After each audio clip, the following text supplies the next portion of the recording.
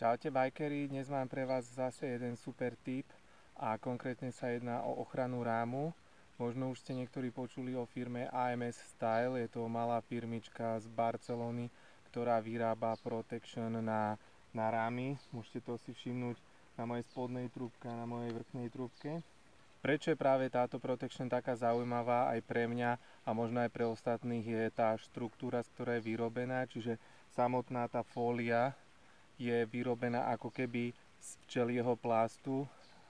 Od toho sa odvíja aj názov honeycomb a vlastne pri nejakom náraze vlastne tie plastiky včelie pomáhajú absorbovať ten náraz vlastne a tým pádom predísť nejakému poškodeniu rámu.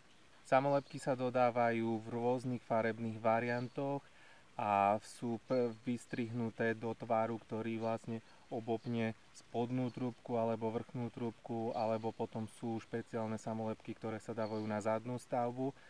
Takisto novinka je samolepky na prednú vidlicu, ktoré chránia vlastne nohy od toho, aby sa poškrábali, či už pri páde alebo keď bicykel niekde opriete. Ako som spomínal, samolepky je možné dostať v rôznych farebných odtieňoch, čiže dá sa to krásne zladiť s vašim bajkom. Takisto sa ponúkajú aj tzv. Camo, čiže také do vojenského štýlu samolepky. Takisto sa ponúkajú zvieracie motívy, ktoré sú tiež veľmi zaujímavé. Všetky linky vám dám dole do description. Čo som možno chcel spomenúť, je inštalácia, respektíve nalepenie nálepiek. Je veľmi jednoduché. Nálepky vlastne sa len na čistý povrch nalepia, pritlačia a decid, hej, žiadne ďalšie okolo toho nie sú.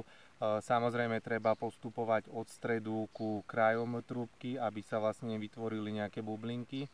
Ochrana je veľmi dobre strihateľná, čiže môžete si ju prispôsobiť presne na váš rám. Napríklad ja som vystrihoval na úchyt bovdenov, čiže krásne som si vedel do toho vystrihnúť a potom to nalepiť. Pri nalepovaní si dajte pozor, keď nalepujete na oblé tvary, napríklad na mojej spodnej rámovej trúbke vidíte, že je zohnutá klasicky, hej, ale čiže zohýbal som tú nálepku tým smerom a ešte sa zohýbala aj okolo tej rámovej trúbky. Tam mi to zostalo trošku také bublinkové na jednej strane. Na druhej strane som to potom vyriešil tak, že som nálepku nahrial fénom a vlastne krásne sa nálepka roztiahla do tvaru, aký som potreboval, respektíve tam, kde sa mala, sa zmrštila a vyzerá to úplne úhľadne.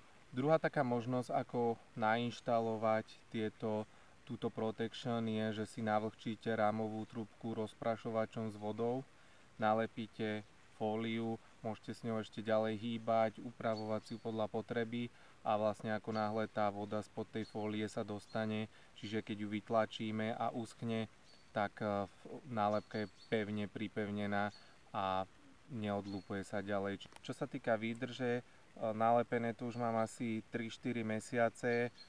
Samozrejme spodná rámová trúbka dostáva zabrať, či už od kameňov, od konárov, od čohokoľvek a nebadať tam nejaké poškodenie alebo niečo.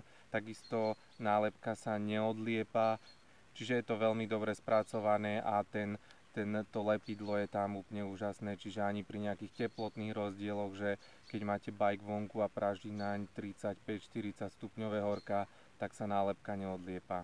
Dávam dolu do description linky na shop, kde si môžete tieto nálepky objednať.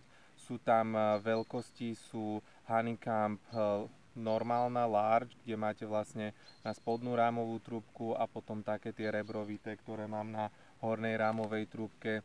Potom je tam sada XL, ktorá doplňa ešte ochranu zadnej stavby a potom samostatne sa predáva ochrana vidlice.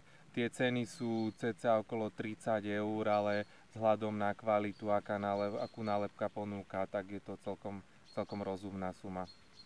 Ak aj vy máte radi svoj bicykel natoľko, že sa on staráte, servisujete ho a teda chcete, aby vyzeral čo najdlhšie ako nový a slúžil vám čo najdlhšie, tak je dobré zainvestovať aj do takejto ochrany a zvlášť pri bajkoch, ako mám ja, ktoré nemajú teda nejakú spodnú rámovú ochranu z karbónu alebo z plastu, je to veľmi výhodné. Vidíme sa pri ďalšom videu. Čaute.